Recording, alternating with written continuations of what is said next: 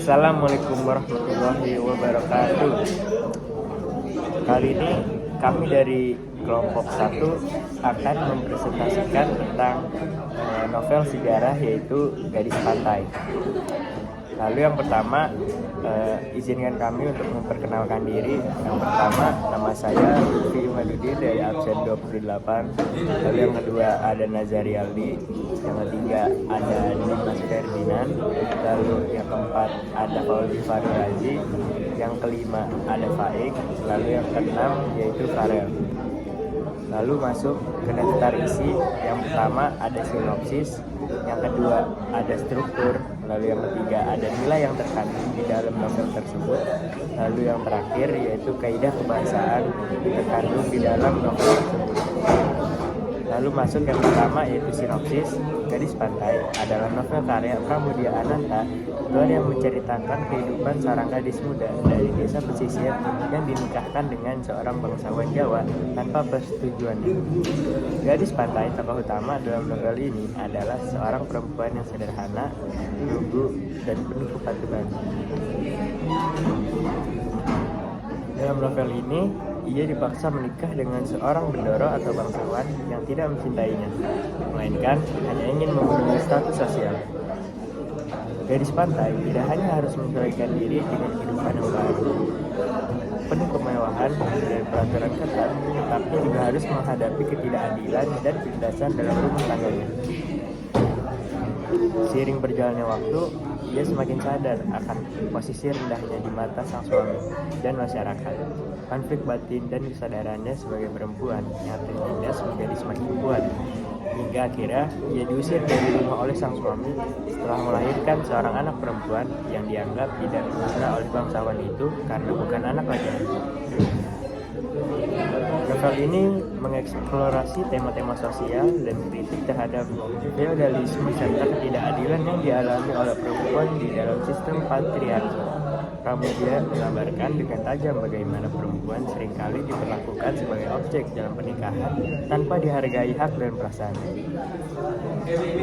Melalui kisah ini, Pramudia Ananta memberikan pandangan yang mendalam tentang ketidakadilan sosial dan peran perempuan dalam masyarakat Jawa pada masa lalu.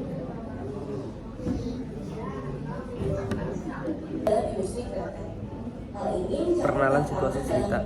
Ada seorang gadis yang berasal dari perkampungan nelayan yang bernama Gadis Pantai. Seorang gadis yang manis, cukup manis untuk memikat hati seorang pengusaha.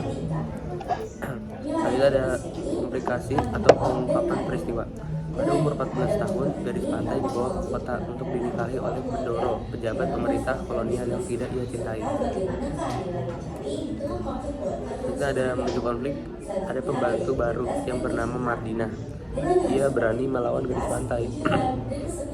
Ia dijanjikan Bendoro Demak sebagai istri kelimanya kalau Mardina dapat membunuh Gadis Pantai agar putri Bendoro Demak dapat menjadi istri dari suami Gadis Pantai. Selanjutnya ada puncak konflik. Gadis Pantai hamil anak perempuan dan Bendoro kecewa karena yang diharapkan dia adalah seorang anak laki-laki, sehingga Gadis Pantai diceraikan oleh Bendoro. Selanjutnya pada struktur terdapat penyelesaian. Bendoro mengambil anak Gadis Pantai dan menyuruh Gadis Pantai pergi dari rumahnya. Malu dengan keadaannya yang tidak memiliki suami, ia pun memutuskan untuk tidak pulang ke kampung dan menetap di Blora.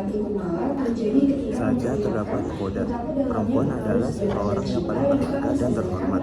Jadi jangan menjadikan perempuan sebagai istri percobaan atau pemuas nafsu laki-laki. Selanjutnya, nilai yang terkandung, nilai budaya. Kutipan dari novel Gadis Pantai menggambarkan perbedaan budaya yang mencolok antara kaum ningrat dan rakyat jelata, serta antara kehidupan di kota dan di kampung. Contohnya, seorang Bendoro menikah dengan diwakili oleh sebilah keris, menunjukkan betapa berbeda adat dan tradisi di kalangan ningrat dibandingkan dengan rakyat biasa di kampung. Orang tidak mengenal minyak wangi atau memiliki akses ke hiburan seperti wayang yang merupakan bagian dari tradisi di kota. Selain itu, perbedaan perilaku juga terlihat seperti bagaimana wanita utama di kota harus selalu tenang dan sopan, berbeda dengan kebiasaan di kampung yang lebih sederhana. Ada juga perbedaan dalam keyakinan dan cara pandang terhadap dunia, di mana nelayan lebih menghormati laut sebagai sumber kehidupan mereka, Sementara kaum mengagungkan nenek moyang dan menganggapnya sebagai pusat kehidupan di pendopo. Ini menegaskan kesenjangan sosial dan budaya antara kedua kelompok tersebut. Selanjutnya ada nilai sosial. Dalam novel Gadis Pantai digambarkan kekejaman dan ketidakadilan seorang ningrat terhadap seorang gadis lugu dari kampung nelayan yang dijadikan istri percobaan. Kritik terhadap feodalisme Jawa sangat kuat, di mana orang rendahan dianggap hanya untuk mengabdi pada kaum ningrat. Dialog seperti semua masih nganten untuk mengabdi pada Bendoro, dan pada dialog kalau tidak ada orang rendahan, tentu tidak ada orang atasan. Pada dialog tersebut menegaskan bahwa ketidakadilan sosial pada masa itu. Selanjutnya ada nilai agama. Dalam novel Gadis Pantai, nilai-nilai agama digambarkan melalui sosok Bendoro yang rajin sholat dan ngaji di ruangan khusus yang disebut khalwat. Bendoro selalu membawa tasbih dan Quran, menunjukkan kedisiplinannya dalam beribadah. Selain itu, kebersihan dianggap sebagai bagian penting dari iman yang mencerminkan perbedaan nilai agama antara pendopo dan kampung. Anak-anak Bendoro juga diajarkan mengaji setiap hari, menekankan pentingnya pendidikan agama di lingkungan ningrat. Selanjutnya adalah analisis kaidah kebahasaan. Yang pertama adalah kata yang bermakna lampau. Yang pertama adalah Sahaya Bendoro, ada pada Gadis Pantai 2011 pada halaman 32. Sahaya adalah hamba atau abdi pada zaman dahulu, sekarang disebut dengan saya. Dan yang kedua adalah terdengar bendi, suruh sediakan bendi, di dalam 1 jam mesti sudah sedia, ada pada Gadis Pantai 2011 pada halaman 54. Bendi adalah kereta beroda 2 yang ditarik oleh seekor kuda dengan pengemudi di depan ataupun dokar pada zaman dahulu, sekarang disebut dengan delman.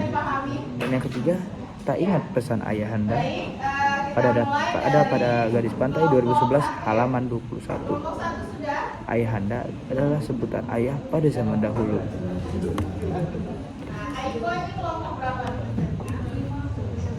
Yang novel ini juga terdapat bahasa Jawa, di antara lainnya ada emak, bisa disebut dengan ibu, ada pada Gadis Pantai 2011 pada halaman yang ke-14. Yang B ada bujang. Bujang adalah sebutan untuk seorang pria yang belum atau tidak mempunyai istri atau pasangan, ada pada Gadis Pantai 2011 pada halaman yang ke-16. Yang ketiga adalah priayi. Priayi adalah suatu golongan tertinggi dalam masyarakat karena memiliki keturunan dari keluarga kerajaan, ada pada Gadis Pantai pada halaman 2011 pada halaman 18. Dan yang keempat adalah orok. Orok bisa disebut sebagai bayi, ada pada Gadis Pantai 2011 pada halaman 18. Selanjutnya ada A. Konjungsi temporal. Contohnya 1. Kemudian meneruskan tak pernah aku mimpi anakku pernah mengenakannya, dan sekarang meledak tangisnya yang tertahan. Gadis Pantai 2011 pada halaman 14. 2. Akhirnya seorang bujang wanita masuk membawa air teh manis sambil menggendong bayi pada punggungnya. Gadis Pantai tahun 2011 pada halaman 17. Selanjutnya ada poin B, yaitu konjungsi kronologis. Contohnya 1. Dan beberapa hari setelah itu sang gadis harus tinggalkan dapurnya, suasana kampungnya sendiri dengan bau amis abadinya.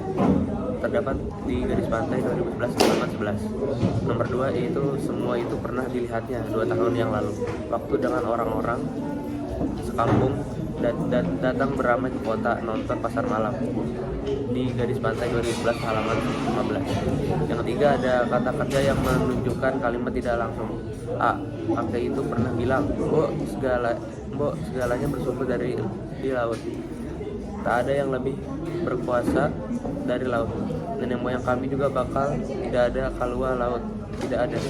Terdapat di Gadis Pantai 2011 halaman 80. Yang keempat ada kata kerja yang menunjukkan kalimat langsung. A. Kita pulang saja, Mak. Gadis Pantai bertanya.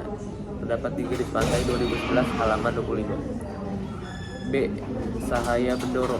Ia berbisik, terdapat di Gadis Pantai 2011 halaman 32. Selanjutnya, nomor 5, kata kerja mental. A. Kata kerja yang dirasakan. Contohnya, gadis pantai merasa aneh sekujur tubuhnya setelah kembali ke kamar dan ganti pakaian. Contoh yang kedua, dirasainya tangan yang diangkatnya begitu berat waktu mencari tangkai kunci. Kaki pun dirasainya perlu waktu hendak berdiri. B.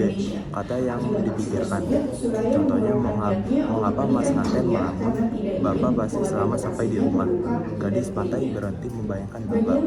Yang keenam, kata kerja yang menggambarkan suatu tindakan atau verba material.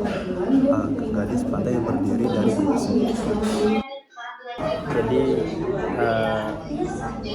sekian presentasi novel sejarah Gadis Pantai dari kelompok kami. Kurang lebihnya mohon maaf. Jika ada pertanyaan silahkan bisa komen di bawah ini.